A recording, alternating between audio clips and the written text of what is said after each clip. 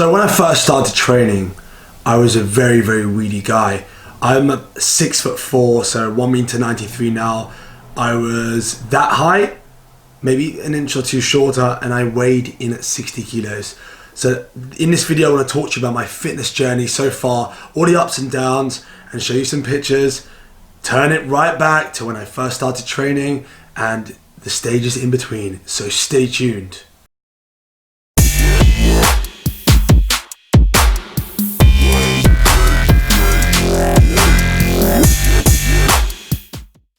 So as you must know, I'm not going to do a video on this separately. Everyone probably knows this by now. There's 3 different body types even.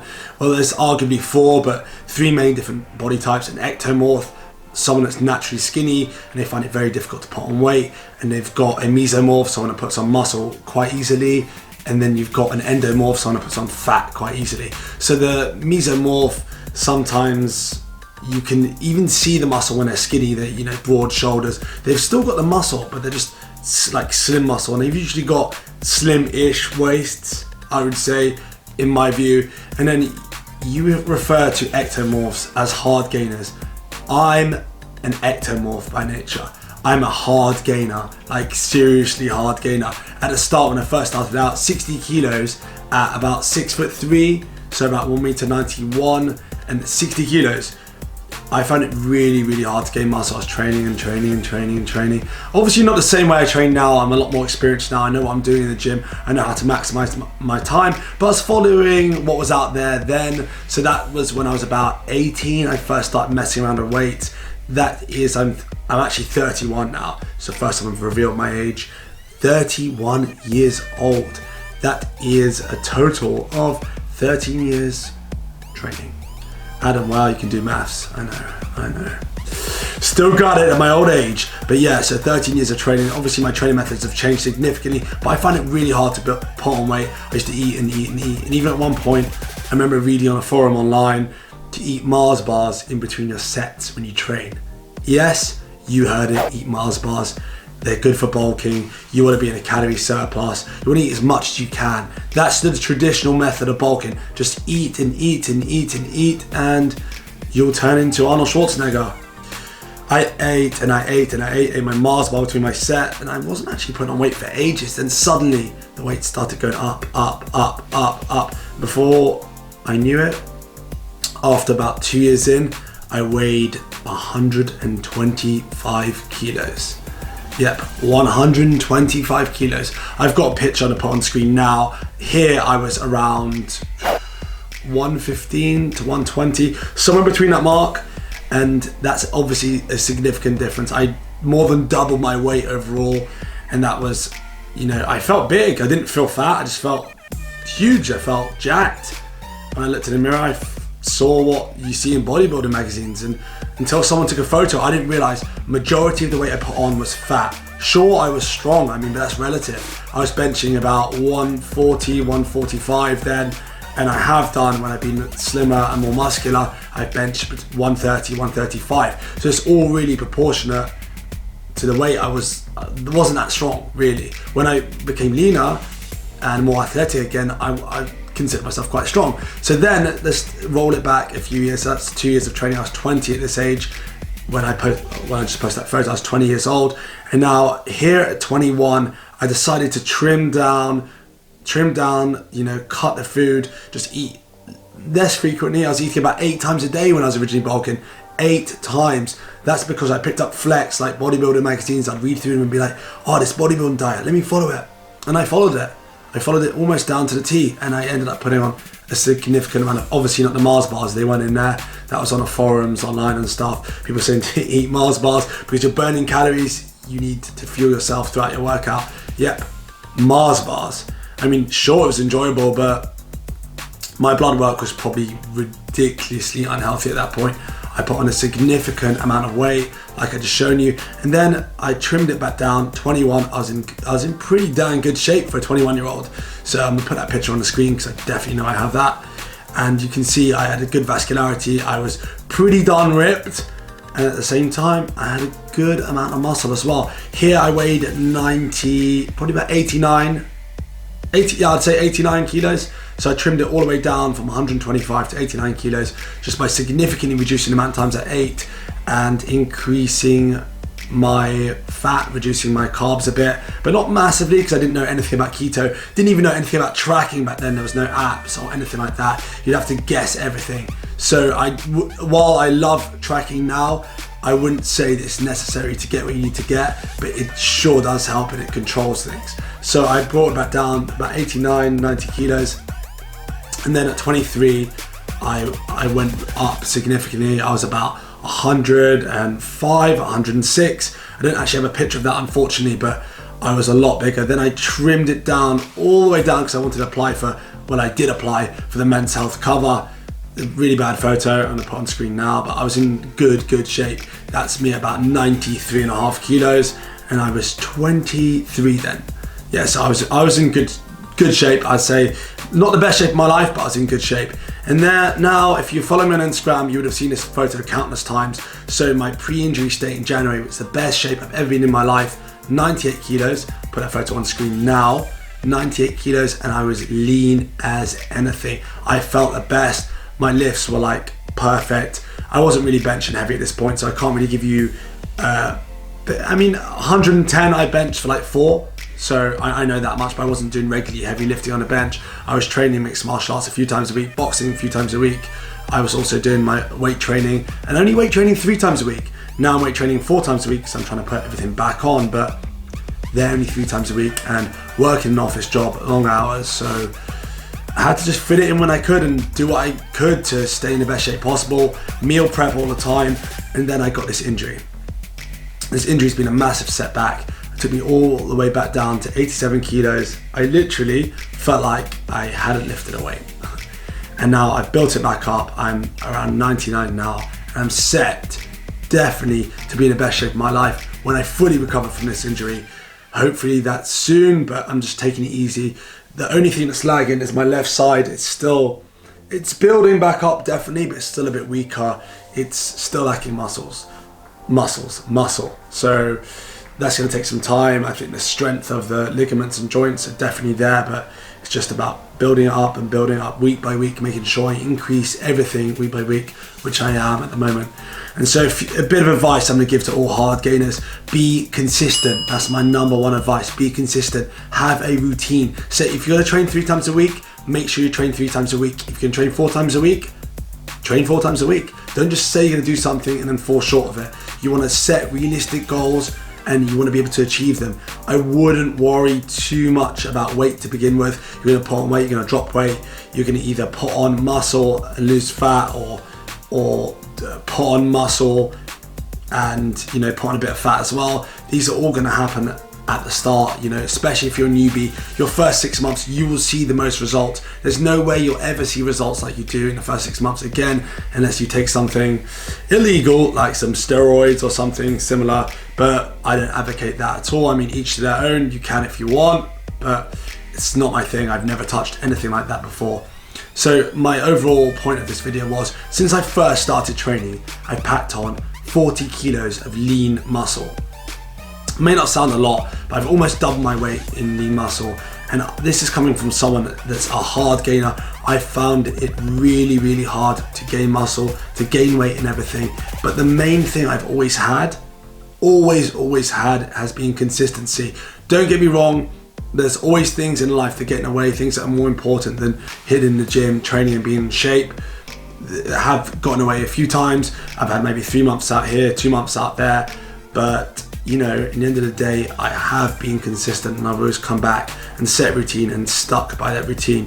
And actually before January, 2 years prior to January, I wasn't trying to bulk at all. I was just trying to maintain. So I haven't tried to bulk for ages up until this injury, and I thought, you know what, let me bulk back up. It's made me want to be a bit bigger than I was in January, actually. I'm not gonna lie, in better shape, see where my body can go, and see where the knowledge I have now can take me. Can it take me to the next level?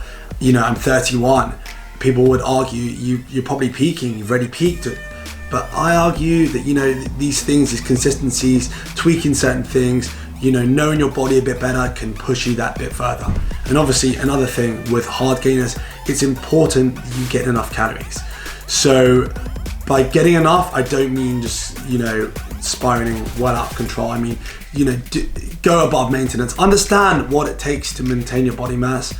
I recommend downloading MyFitnessPal, tracking your macros to begin with at least. That's just, from my point of view, that's the best way to start out at least. If you really can't track your macros, try and do it by sight. But if you can, get yourself a weighing scale, get yourself MyFitnessPal, which you can download for free. I'll post my video in this above, where you can see how to track your macros and the importance of tracking your macros. Just get familiar with what needs to go in your body. And also, if you need to know how much protein you need a day, click the link above, because I break it down. No nonsense, no overexerting yourself. You don't want to damage yourself. Don't follow these bodybuilding diets unless you want to be a bodybuilder and you're on gear. I hate to say it, but most of these bodybuilders do take something, and you need to face the music when you look at them. You need to know what's realistic, what's achievable for you. So like I said, as a hard gainer, another thing I found, sleep. Sleep's a big thing. You need to make sure you're getting enough sleep so you recover. At the start, when I first started training, I remember my chest would hurt for like a week after one session, so I wasn't able to train it again and again. And in the beginning, you just want to train and train and train and train and train. You don't even care if your muscles are hurting, you want to train them again. Now, I don't really get DOMs. I mean, when I recover fully and start pushing heavier weight again, we'll see if I get DOMs again. But my sleep is so on point, my diet is so on point at the moment that I'm in an optimal state to take it to the next level. So like I said, even if you think I've peaked age-wise, let's just see where I am 6 months from now, because I guarantee you I'm going to be in the best shape of my life, 100%. And it's also mindset. Be strong, be willing to sacrifice certain things, sacrifice nights out, sacrifice not drinking. If you do drink, keep it to just a few drinks. Don't get absolutely hammered and then expect to go in the gym the next day and perform the same. No, your testosterone significantly drops when you drink alcohol by, I think, a few 100%, and that's lasts for about 72 hours, so it's not just a 24-hour effect. So if you're drinking, just be mindful, don't go too hard, and stick to, I would say, spirits or soda water, and maybe just a few. If you know the unit system, 1 unit's 1 shot, I'd say between 5 to 6 on a night out you can get away with, and it probably won't affect you the next day. Make sure you're staying hydrated as well. I've done a video on water, click the link above, you can watch that as well. My video on water just explains, the importance of water and how most of us are probably having too little water, and we're not, in the optimal state to build muscle when we have less water, when we have less sleep, less calories. We need to be in the prime state. If I was to tell a newbie me what to do, I would say to them, literally, download MyFitnessPal, get a scale, understand your macros at least, even if you're not going to continue to track them. Understand them, get to grips of portion sizes, know what you need to eat. Don't overdo the protein, it's a waste of money. You're probably damaging your kidneys, you're causing inflammation in your joints and everything else. Your skin will go really bad. My skin was really, really bad at one point as well. It's pretty clear now, pretty smooth. But yeah, so that's what I would say. Go easy on the protein. Your protein's 1 macro. It's an important macro, but it's a piece to a big puzzle. So just keep it up with that, keep in check with what you're eating, the recovery, obviously the sleep, and obviously the consistency. That's one thing I always was, pretty consistent. Stick to a 3-day routine if you want to do a 3-day routine. If you can commit to a 5-day routine, stick to that. But whatever's going to be achievable in at least, I would say, the 2 to 3 month period, you can change it up then. Stick to that. But always stick to at least 3 times a week doing resistance training that's pushing yourself that bit further each time, pushing those limits. As I always say at the end of every video, every time you want to push those limits a bit further, and you will be so surprised at what you can achieve. Rep range is for when you're trying to build muscle, anywhere between 6 to 12. If you're a newbie, stick between 10 to 12 for at least a few months, and then you can do the odd 8s here and there with specific exercises, but stick between, I would say, the 10 to 12 and the odd 8.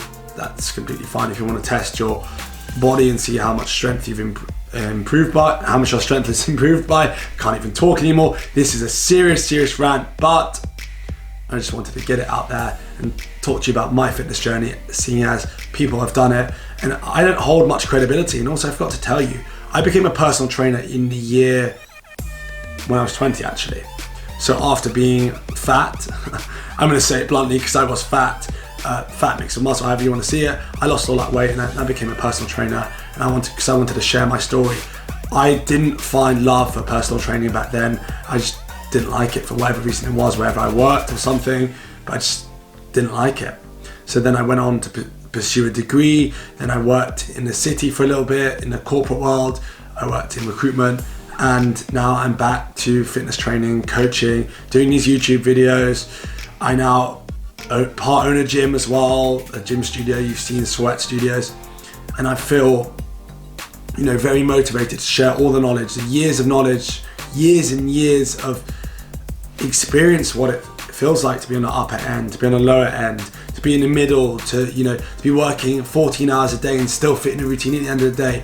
I know what it feels like from all aspects. So if you haven't given us a massive thumbs up, give it a massive thumbs up. And if you made it this far, click that subscribe button, because I promise you, you are not going to be disappointed at the videos. The videos in the future are just going to keep getting better and better, more content, and hopefully my editing gets slightly better. I'm a bit slacking a bit with editing, trying to get the content as good as possible, and then I'll start to focus more on my editing as well. But I'm doing my best I can with editing, considering the time I do have at the moment. Hit that subscribe button, hit those thumbs up, and leave any comment you want below. If you want to ask me any questions about my journey, anything about, you know, supplements I use, I'm completely transparent. I will never promote anything in any of my videos if I didn't use it already. I don't care, you can throw whatever money at me you want. This goes out to all my sponsors. Joking. Whatever money you want at me, I'm just gonna be true to everyone always and tell you exactly what I take, the exact brands I take, whether they pay me or they don't pay me. You know, it doesn't matter. I'm always going to tell you what I'm using and what I trust in. I will never ever go with a supplement brand or a clothing brand or anything similar that I wouldn't consider using or use myself. So bear that in mind as you watch my channel grow, as you see my future videos. I'm not a sellout. I don't call everyone, you know, we all have needs, we all need to pay the bills, but I'm not going to promote anything that I wouldn't use or do use myself. So have no fear. You're in safe hands. My fitness journey's been a long one so far. It's going to be an even longer one. I've got 13 years in the bank. So if you can't trust someone that's been training for 13 years, and by the way, just for measurement's sake, I used to have 18-inch arms. They're down to about 16 and a bit now, but they went all the way down to about 15 and a bit. So they're coming back up. They are going to be 17 and a half within 6 months. I can guarantee you that. And then they're going to be 18, and then I'll stop then. Because I still want to fit my shirts, you know. So that is it for this rant, and it's been a long rant, it's been long-winded. I'm pretty much losing my voice now, so click that thumbs up if you haven't already, click subscribe if you haven't already. Seriously, that really does help, and click the notification bell to be alerted anytime I post a video. And until the next video, you know what I'm going to say, keep pushing those limits.